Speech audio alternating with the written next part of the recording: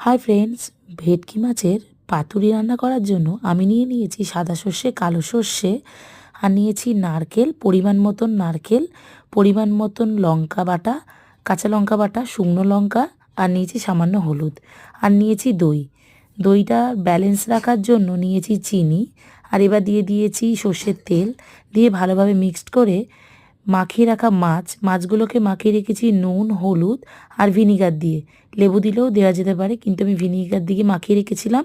সেই মাছগুলোকে এর মধ্যে দিয়ে বেশ 5 মিনিটের মতন রাখবো। তার মধ্যেই কলাপাতাটাকে সেঁকে কলাপাতাটায় তেল মাখিয়ে নিয়ে এই যে মাখানো মাছগুলো দিয়ে ভালোভাবে মুড়ে সুতো দিয়ে বেঁধে নেবো। খুব আস্তে আস্তে কাজটা করতে হবে, নাহলে কলাপাতাগুলো ফেটে যেতে পারে। তো এবার প্যানেতে তেল দিয়ে আধ ঘন্টার মতন ভেজে নেবো, এপিঠ ওপিঠ ভালোভাবে চাপা দিয়ে ভেজে নেবো। তো রেডি হয়ে যাবে ভেটকি মাছের পাতুরি। কেমন লাগলো জানিও।